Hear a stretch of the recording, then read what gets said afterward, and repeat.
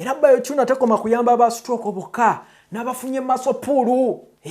abantu bangi nnyo abafuna masopulu pulu nebange basike kinywa kati nga abaddusi era abaddusi ba Uganda singa bamanyi singa zinenga tobasoka kwe massaging kubanga omuddusi nakinku gwe bayita Usain Bolt oyo yakati asinze okola likodi mu kudduka zengatto ze zimu zaakozesa azambala bwati na ebinywa byonna ebiba byesibye enjabbalaganga engeri gye bakikola nebanga byonna bita ng'ebinywa byonna bita omuntu n'asobola okubanga ebinywa biramu naawe afuna masopulu ng'abano abavubuka abagenda okuwuga masopulu zibakwatira eyo ne mugina emisinde gye mu buna byalo kati mbala mwetegekera okudduka emisinde gya Kabaka omwezi ogujja kati ezo n'engatto ziba zibayamba era nyina mutabani wange bamuyita Hamza Lutaaya azambala nnyo yazeegulira n'aziteeka ewuwe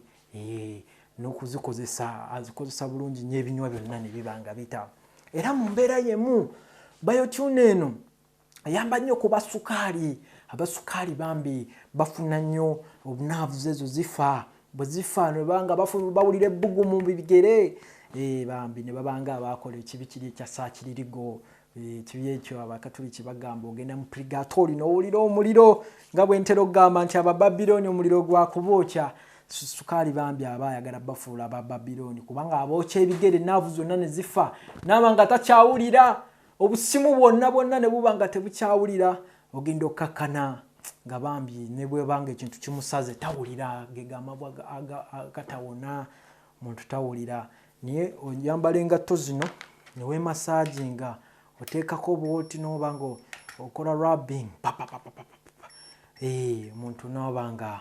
ebinywa byonna bita n'obusimu bwonna naavu ze zikuluma bakiyita naavu neuropathy obulumi bw'obusimu oba obuyamba zigulire jjajjaawo oba ojje ku ikotooliyo okumasaginga session eba ya 15 tetukuseera nnyo fuulu waliwo ne gye bayita palusa eno omanyi eno enzijanja bagiyita bioresonance therapy bioresonance twagijja ku byennyanja nga iru nga wano tulina semutundu oyo alina amasannyalaze era bajjajjaffe baamukozesanga amukwata n'akakuba nejjukira nti kino kyo tekikozesa amasannyalaze aga umemi kikozesa amasannyalaze ag'omunda g'olina nekigabalansinga ne gakomawo ku nnomo n'obanga amasannyalaze bwe gabalansinga oba mulamu ate n'obulumi bugenda era gwe naawe ayina back pain bipaadi bino biteeka ku mugongo oba ku bibegabega n'omasaginga wano kugamba kino ekyuma ekya biochuna kituuka ne ku busimu buli munda obusimu oba buyite nerves jjukira n'amasaginga abana amasaginga balina efuja ku masaginga akoma kungulu tasobola ku masaginga busimu bwa munda n'ekyuma kino kikuyamba ekya biochuna era abajamani bakikozesa nnyo tiimu yaabwe ey'omupiira basooka bamasaginga muko bwe naliyo nakiraba abajamani bano nga bakikozesa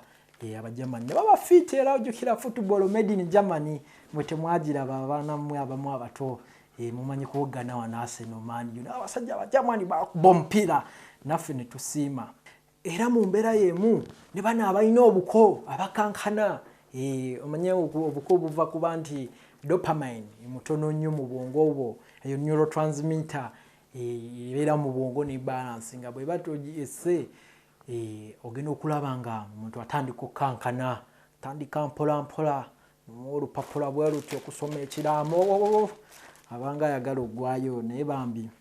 omuteekako ebipaadi ebyo n'omuteekako bwoti n'omumasaginga ogenda okulaba nga emutuninga bulungi nnyo enyenya nzomukolera thampu n'abanga ebinywa ebyo byonna nerves ziterera ne neurotransmitters obulwadde bw'obuko oba Parkinson's taddamu kwekankanya era gwe omwana ali e Kampala gigulire mukaddewo oba muleete nga wali ku Prof Bioresearch ku Ikotoolyo Mall ekisenge 152 abenga asobola gikozesa era n'omukyala ng'omukyala ali eyo nga oyiikayiika ennyama waliwo abakyala abayiikayiika emikono biochuna eno ogiteeka ku mikono gino n'omasaginga ekakanyaza kwegamba esiba waliwo kye bayita rubbing kuno rubbing about nebange ekisika ekinywa nekibanga kisobola okuguma notayiikayika mikono era gwe naawe oyagala okusala olubuto ogiteeka ku lubuto n'okola thumping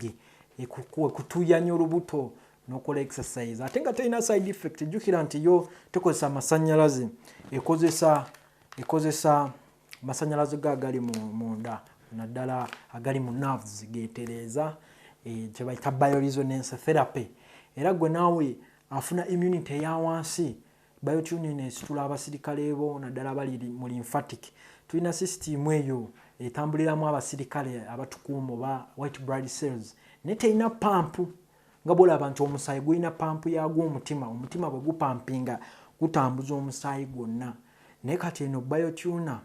eyamba ku lymph oba amazzi ago agabeera mu nsanjabavu gagabamu abasirikale era olaba bw'olwala obuka bwe bugasinga amaanyi ng'ofuna amasira naye kati osobola okukozesa eno naddala gwe omulwadde alina obulwadde bw'ojjanjaba neyamba lymph okutambula abasirikale abo ne batambula mu mubiri bapampinga n'omuntu n'oba nga weeyongera abasirikale mu mbeera eyo kati n'oba mulamu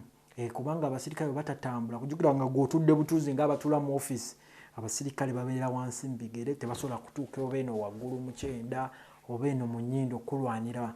kutta buuka obwo eno gye bayita bioresonance therapy era mu mbeera y'emu gwe naawe azimba ebigere abalina odima abazimba ebigere nga bano abantu abatakola nnyo exercise abalina pressure abalina obulwadde bw'ensigo epumping ebigatto bw'ozambala kati awo okozesa ngatto bw'ozambala zipampinga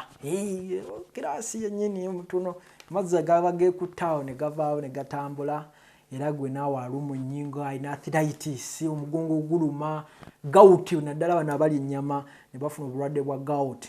gout oyo aluma nnyo abantu asidi oyo yonna gy'oliko asidi emupampinga ebipampinga biddamu omusaayi olumala n'obifuka